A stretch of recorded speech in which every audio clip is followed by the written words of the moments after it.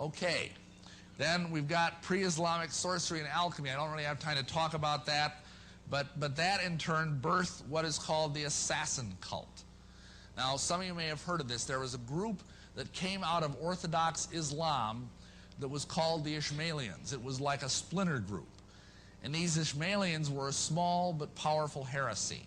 And one of their chief leaders was a sheikh by the name of Hassan-i-Sabah. And this guy led a group that was called the Hashishim. Excuse me, that's where we get our word assassin, is from the Arabic word Hashishim.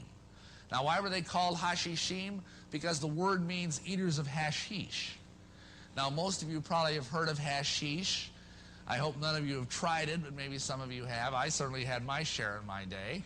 Hashish is a powerful form of marijuana, a distillation of its chemically active ingredient delta-9 tetrahydrocannabinol, which is called THC for short, and it's what gives marijuana its hallucinogenic properties.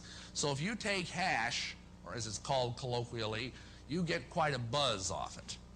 And how this guy worked, he is kind of the father of the modern day conspiracy. He was the father of modern day espionage.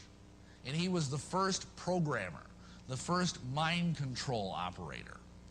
And this is what he did. If someone wanted to join his group, he knew he needed elite warriors because he had all of Islam arrayed against him.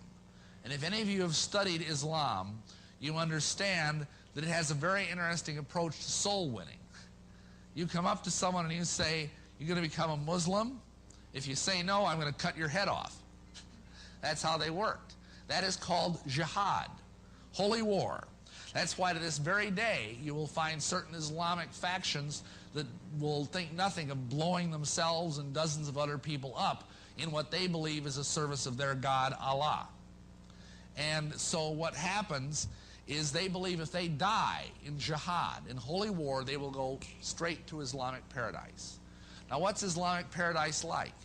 Well, in the days of this Hassan, what you had was the belief, first of all, there were no women in heaven. Sorry, no women. Because women didn't even have souls. That's why even to this very day, women are treated very badly in the Islamic faith.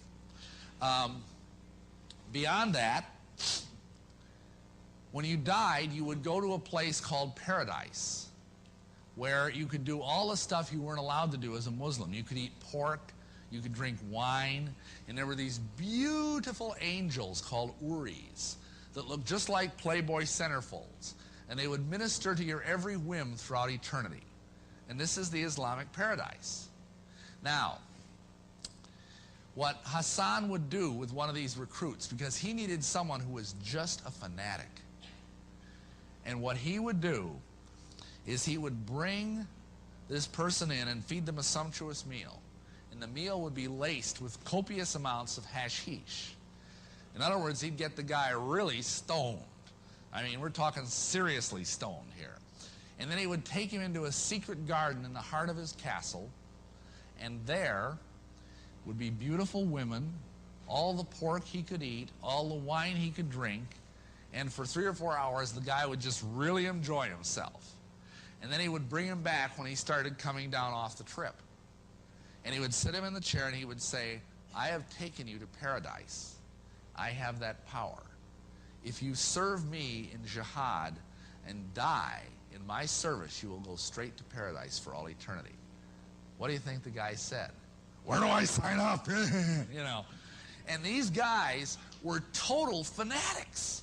I mean, he was famous for doing things like he'd have 10 of them line up on a wall, he'd snap his fingers, and they'd jump in unison 1,000 feet to their deaths, grinning all the way, because they were dying in his service and they knew they would go straight to paradise.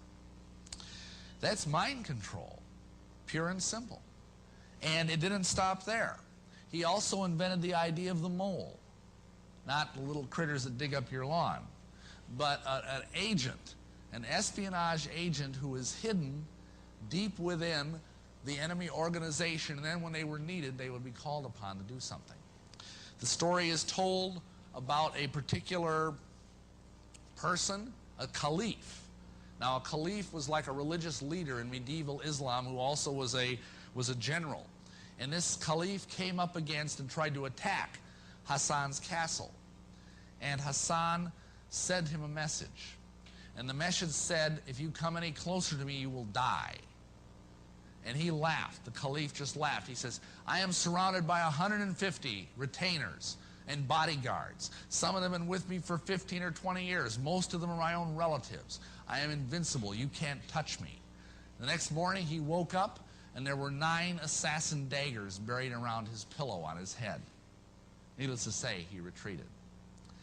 When Hassan-i-Sabbah died, his last word, he never was caught. He never was captured by the Orthodox Muslims. And on his deathbed, his last words were, nothing is true, everything is permissible. And those have become some of the bywords of the Illuminati that he had such a profound influence on. Okay, moving along. What happened next is the royal secret of Masonry passed from the assassins to the Templars. Now, the Knights Templar were warrior knights. They were Catholics that took part in the Crusades that you've probably all heard about. They went over to the Holy Land to try and capture the Holy Land back from the Saracens. Now, the Saracens were a kind of Muslims. During this conflict, which lasted over a century, they began to interface with the assassins. They began to share each other's secrets. And so when they lost the Crusades, the Templars went back to Europe, immensely wealthy, immensely powerful, and full of occult knowledge. Now, you got to understand something about the Templars. They got very wealthy because they basically provided protection for the pilgrims as they journeyed from Europe to visit the sacred places in the Holy Land. And they got very, very wealthy. Plus, there are legends that say that they found Solomon's treasure buried in the ruins of Solomon's temple in Jerusalem, and that they were fabulously wealthy. They got so powerful. And interestingly enough, they became the first international banksters. Everybody tries to blame the Jews for that one, but actually the first international banksters were in fact the Templars. And they got so powerful and so wealthy, they threatened the Vatican, which was not a wise thing to do. So the Pope got together with the King of France, and they conspired to bring down the Templars. In 1307, on October 13th, Friday, they sent out warrants and captured every Knight Templar that they could find, including the Grand Master, whose name was Jacques de Molay. Now, Jacques de Molay was a pretty sinister fellow, and some of you may have heard of the Masonic order, the de Molays. It's named after Jacques de Molay, believe it or not. And this fellow was a pedophile. He enjoyed having sex with young boys. He was also an idolater. He worshipped an idol named Baphomet, and he was a practitioner of black magic. And this is the guy that the Masons idolize as a hero for their young boys. What I tell people is to name a young boys order after after Jacques de Molay is like having a Ted Bundy home for battered women. It's sort of a brutal irony, don't you think? So anyway, when de Molay, this wonderful spiritual giant, died, burned at the stake, and I don't advocate that, please. I mean, I think it was a horrible thing that they did to the Templars. He didn't die the death of a martyr. He wasn't like Stephen and said, you know, Lord, please forgive them. He cursed them. He cursed the Pope, and he cursed the king, and he said within a year they would both be dead. And within a year they both were. Now, whether that's because he was a powerful sorcerer or whether it was because there were assassins who did the job for him, we don't know. So, nobody knows what happened to the treasury of the Templars. It vanished. And the best guesses that we have is that it went up to Scotland where it was hidden, along with some remnants, because there are vestiges of Templar culture up in the Highlands of Scotland that go back to the 1400s. The next thing is about 100 years later, along came the Rosicrucians. They had the same secret. Some people say that they were just a resurfacing of the Knights Templar under a different name. After that, just 34 years later, we have Ignatius Loyola and the Jesuits. Now, Ignatius Loyola was a Spanish knight.